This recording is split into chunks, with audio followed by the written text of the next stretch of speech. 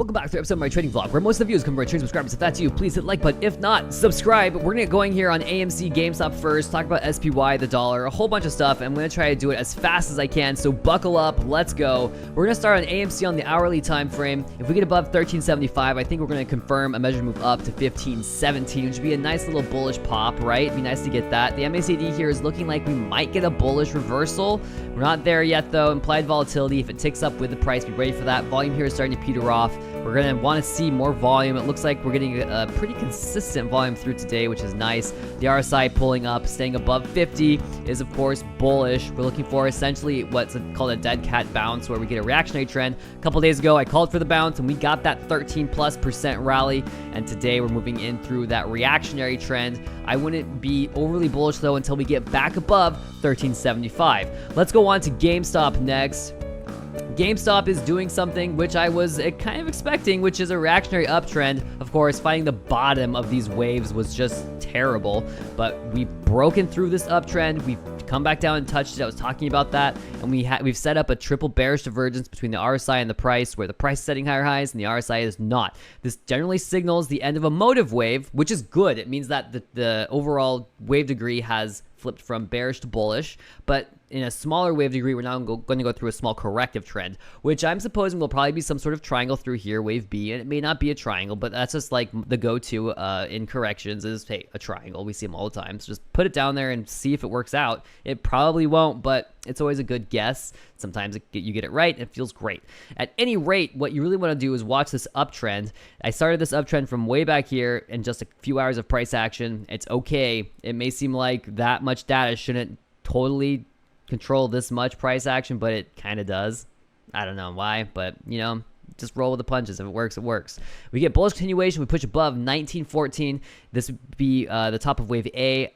That would, breaking above there would end wave B, and we'd be looking for wave C to reach up towards $21, which was a bearish continuation level in the past, which is pretty common to see these levels of horizontal support resistance tested over and over again in succession. They're very important levels. Whenever I put these levels down, bullish, bearish, continuation, reversal, whatever, we see them hit a lot. They're very significant levels. I use Elliott wave analysis to find them. It's pretty cool. Now, moving on from there, let's go to Bitcoin next. Bitcoin is not doing bullish things. In fact, we had this big pop up from 26,000 up to about 28,000, and all of those gains are gone. And so once you start to pass below the beginning of these sorts of impulse waves, guess what? You've got to make sure your count acknowledges that this is probably not wave A. It could be wave A, and this could be a B wave that's setting a new low, but that's not going to be the most likely scenario. This looks so grindy. This looks so grindy. I mean, can someone tell me whether or not we're going to be moving through a triangle through here too? We're probably going to find a bottom, pull back up. It's going to be dumb, but you know, the MACD through here is not looking bullish. It's really not. It looks like we've come through a little corrective uptrend. We're getting ready for another leg down. The RSI turning down at pretty much 50, heading south. Not great. Bitcoin isn't looking bullish, which brings me to Wulf, which is definitely disappointing me. Let's zoom all the way in. Let's get all the way in there. And let's back out a little bit, and let's have a look at this chart. So we had this big push up, and I made money going up here. And I had my bearish reversal levels, and I didn't set a stop yesterday, and then I just held. And so that puts me in a pretty awkward position now. And really the question is, how low can we go? Well, 187 is a good target. If we get below there, I mean, 186 is a massive level of support and resistance. And if we get below 186, like really, I think that we could come all the way back down to 30 cents in the long run. I know it's possible. It's very possible. So let's look at the default view, and we'll turn on the daily chart. We'll see what this looks like. Basically, we've had a massive downtrend and an ABC correction through here. We could be looking for another A, B, and C wave coming down before we get a motive wave pushing higher in a combination 3-3-5 pattern, which means that, yeah, I'm long here and I'm short a put at $2. This is not a great spot to be. And so now I have opened up even more positions. Let me move myself here a little bit so you can see those. Now, because these expirations are pretty far out in the future and they may expire worthless and the bid and spread ask is very wide, this will affect my account balance a lot. For instance, this short put right here, I sold it for $14. It would take 25 to close it. If it expires worthless, though, then I get to keep the $14, you know, and that ask price will just negatively impact my account balance until then, which is fine. But it's dumb because it makes it hard to keep track of how much money I'm making or losing. So you kind of have to keep track of that stuff all on your own, which is what I'm doing. I made some notes here. Let me move myself back down into the position. And okay, so these notes are really, really confusing. But basically, what I've done is I've more or less locked my profits and my losses around that $2 strike, expecting some sideways grind here, if not moving to the downside. So I have a 150 long put, and I also have a couple of $3 calls. And the cost of those contracts is coming out of that put that I sold, all right?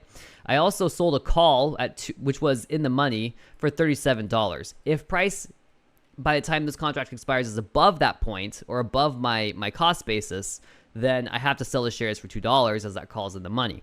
And what that means is actually that I'll cap my gains at $12. But in trading my max gains at $12, I also lower my break-even point to 188, which is really nice. If price goes below there, then I have the 150 put to help me hedge the losses on that call. Now, if the $2 put that I sold expires in the money, then I have to buy those shares at $2, and well, that's just going to suck, but you know, it is what it is. So overall, I'm kind of just gonna have to wait this out for a bit. Yeah, I put myself in a pickle there, and it's gonna be tricky trying to maneuver through here, especially with this options chain bid spread ask, and with as volatile as this price has been. It's going to be interesting, to say the least. I may be not trading for another couple of months because of this, which is okay. If I can come out more or less even in a couple of months, that's way better than just losing money, because I mean, I can't crash the account at this point. The account has to stay afloat, so locking it into a neutral position here for a bit, it seems like the safe bet. Going into EOS, now I didn't enter a position here, which is good because we've had some insane volatility. I suppose we pushed up an initial impulse A, guessed a triangle, and guess what? There was a triangle, an upward breakout, and we hit that target perfectly at 510. Nailed it, and then price turned around and is falling back down. Like, whoop, poof. It's insane. That's so volatile, right? Moving on, still following Fubo through here, coming up above 250, very bullish. And I thought about buying that 250 call. I should have stayed in Fubo. Retrospect is 2020. OB1 should be doing pretty well here, I imagine. This is great. Man, wish I had stayed with this one. I gotta tell you, this uptrend's looking really healthy. Good, nice, good, strong push through here. It's looking like some sort of ascending, broadening wedge. Maybe even breaking out to the upside at this point. Probably going to find some corrective phase through here. Looking really strong, looking really healthy, looking great. Love it. Playboy has stopped falling, which is good because getting below 128 would be like a look out below scenario. Of course, price is just kind of grinding sideways through here. We're not really seeing signs of reversal. I'm not holding long here anymore. I'm just like sitting and watching. And that's okay. Totally okay. You know, the less I trade, the better, really, I think is the way it goes. Let's go look at the dollar next before we go look at SPY. The dollar's starting to rebound. Yesterday, I was thinking, damn, we didn't reach our targets. Shoot. But actually, now it's like, we may. This could be an extended correction.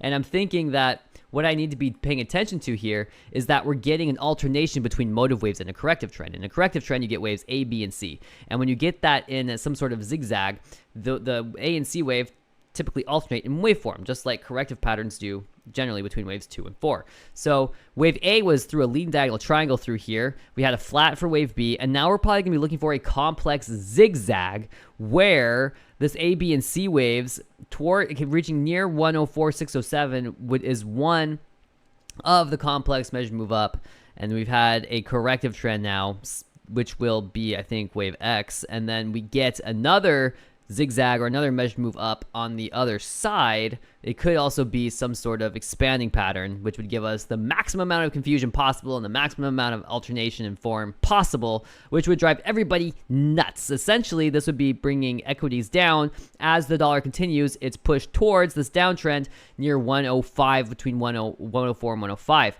which is what I've been forecasting, and we've been seeing this happen. So that said, let's go look at SPY.